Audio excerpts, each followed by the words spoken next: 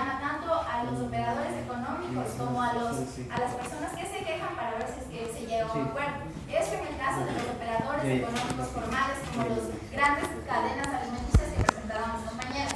Pero ¿qué se hace en mi caso? En donde los actores no son operadores del comercio formales, sino personas informales que están asociadas. Ya bueno, estos fueron los dos casos en donde ya se les habló mis compañeras cómo se regula a través de la superintendencia y la defensoría del pueblo. Ya, en mi caso, en el decreto mismo se establece que los encargados de regular si es que los precios se están fijando adecuadamente son los intendentes y los superintendentes de policías, que pertenecen a dónde? Al Ministerio de Defensa, no, al Ministerio del Interior. Entonces, ¿qué se puede hacer en nuestro caso? Si nosotros notamos un tipo de inconveniente en la fijación de precios, acudimos al país más cercano de su hogar y ahí les decimos que están fijando los precios de una manera más elevada con respecto al decreto. Entonces, ¿qué es lo que hacen ellos? Van al lugar de los hechos y multan a las personas que se encuentran vendiendo estos productos y les cierran el puesto. ¿Y cómo les multan? Les multan y a través de eso les ponen unos sellos. Si es que estas personas quitan los sellos, les cuesta $100. Y les pueden multar de 7 días a 14 días o de forma permanente. Eso nos establece en el artículo 52 de la Ley de Derecho al Consumidor. Eso es de lo que es mi caso. ¿Qué clase de multa es cuando ya, o sea, nos dice que cuando se rompen los sellos es una multa de $100, pero por el hecho de haber revisado sobre el precio que multa? A ver, la sanción es el cierre y le ponen los sellos. Sería la primera sanción como una llamada de atención. Exacto. Ya, y luego le ponen los sellos. Si las personas rompen los sellos son $100. Ahí sí vendría una multa ya cuando no entra algún precio. Claro, si rompen los sellos. Mientras tanto no. Pero verás, es el cierre. Después de esto también se realiza un procedimiento dentro de la empresa pública del mercado, porque dentro de cada empresa pública tienen un propio reglamento de comportamiento, digámoslo así. Entonces, cuando yo hablo de sanciones en primera instancia, me refiero a que dentro de la empresa pública van a fijar una sanción por el hecho de haber incumplido con la regulación de la tabla, porque se entiende que todas las personas que expenden en este mercado conocen de esa tabla y deben aplicarla. Entonces, si no la realizan, obviamente van a tener una sanción interna dentro del reglamento de la empresa pública. Pero esas sanciones, o sea, no podemos tener acceso total a este punto. Gracias. Ya, Pablo, ¿me podría? ¿Y existe algún valor máximo o mínimo que se puedan elevar los precios para aplicar la multa? Cada mes el Ministerio Emagal. Por ejemplo, digamos que el precio de reversa está a $1 el libra y quizá el señor venda 2.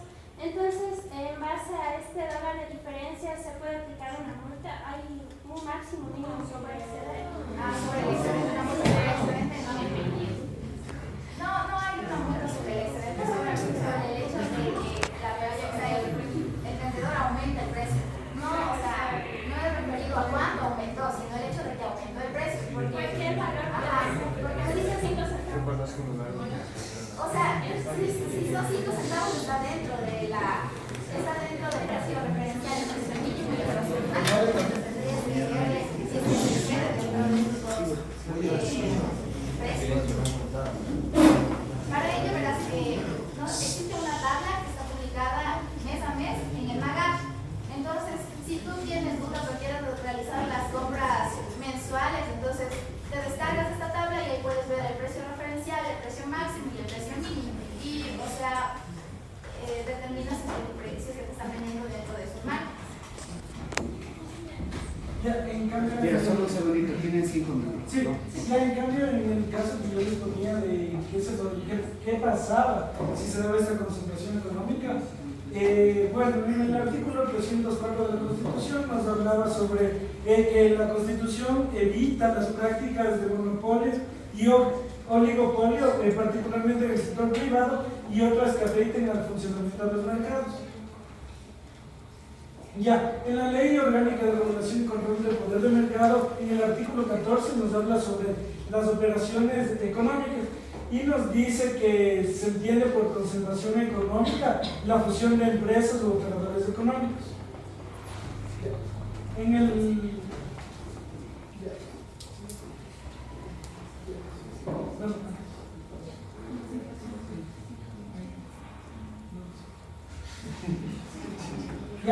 Ya, en el caso del incumplimiento que se dé, o sea, que exista por parte de estas empresas, la fusión, como les decía, un control total del mercado y que no cumplan con los requerimientos que les dio la superintendencia para poder realizar esta fusión. Tenemos como sanción la falta de notificación y la ejecución no autorizada de las operaciones previstas. Estas serán sancionadas de conformidad con los artículos 78 y 79 de la ley. En el artículo 78 nos habla sobre las infracciones establecidas en la presente ley y se clasifican en leves, graves y muy graves. Las leves deben la notificación fuera de los plazos previstos. En una muy grave tenemos que no haber notificado la concentración requerida de oficio por la Superintendencia de Control y Poder. Y entre las sanciones del artículo 79 nos habla que impondrá en la Superintendencia a las empresas o operadores económicos, asociaciones, uniones o agrupaciones, las infracciones leves con una multa de hasta el 8% del volumen de negocios total de la empresa. En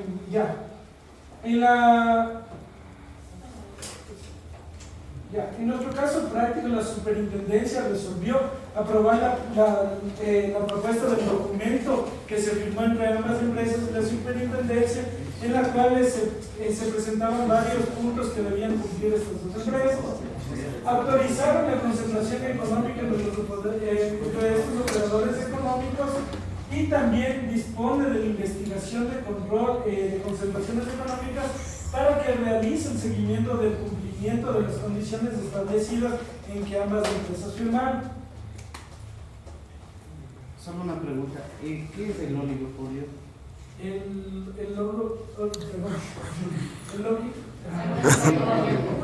Es la concentración de un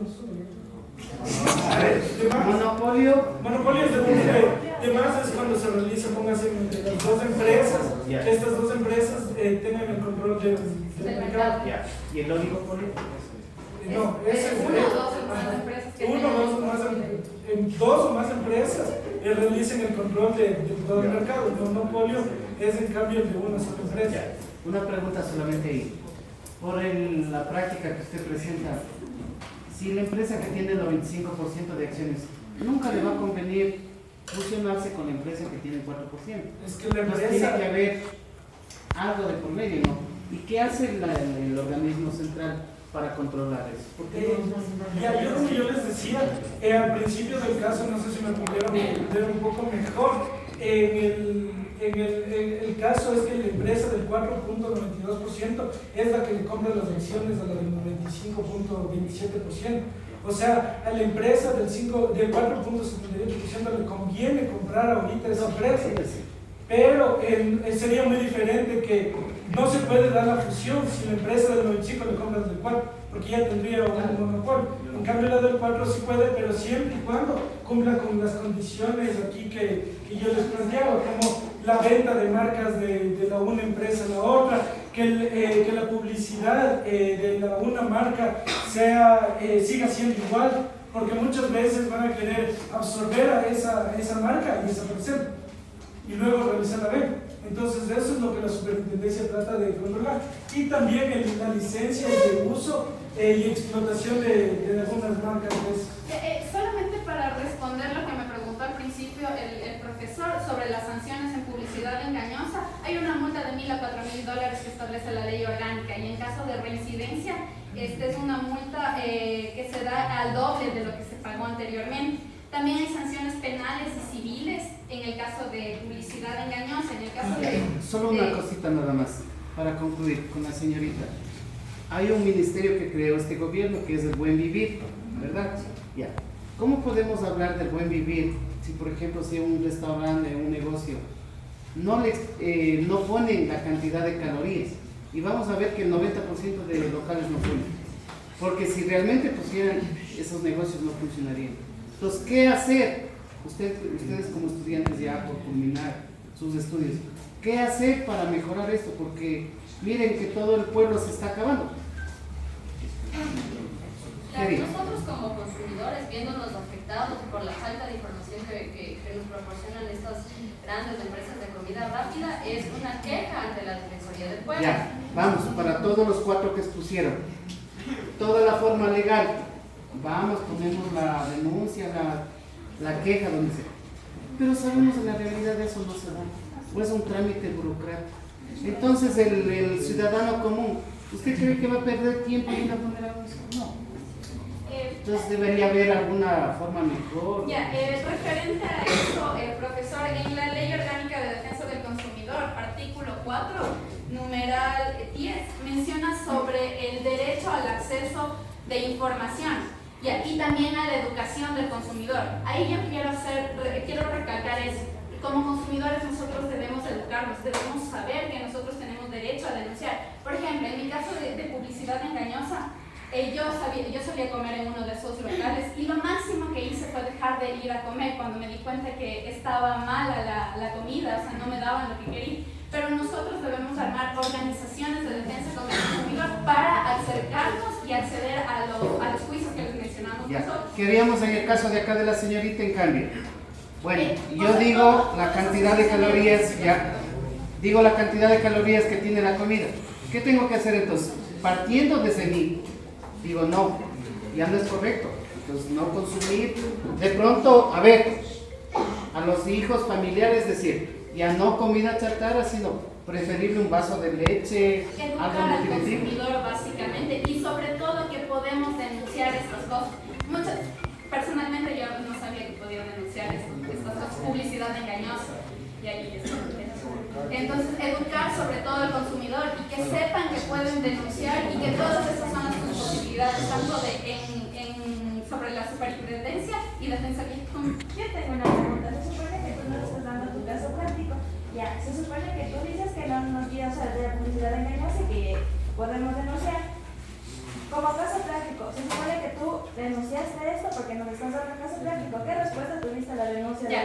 No, básicamente a eso es lo que nosotros nos íbamos, a la educación del consumidor. Porque como yo te digo, lo mucho que hice yo fue dejar de ir a comer. Y las cadenas no pierden con eso. Entonces lo que nosotros tenemos que hacer es formar las asociaciones de derechos de consumidores porque no existen dichas asociaciones y ese es nuestro objetivo. Formar dichas asociaciones para poder denunciar. Y otra cosa que mis compañeros pasaron por alto es que la denuncia es muy fácil. Ustedes solamente tienen que ingresar a la página de la Superintendencia de Regulación y Control y Poder del Mercado y tienen la opción de denuncia o boleto, en donde ustedes llenan sus datos, llenan el caso y ahí es donde van a ser atendidos de una forma veraz. Nosotros no pudimos realizar este procedimiento porque se nos dio la orden de realizar la investigación y luego nos explicaron cuál es el procedimiento para realizar las denuncias. Era investigación. Bueno, quiero felicitarles a ustedes jóvenes.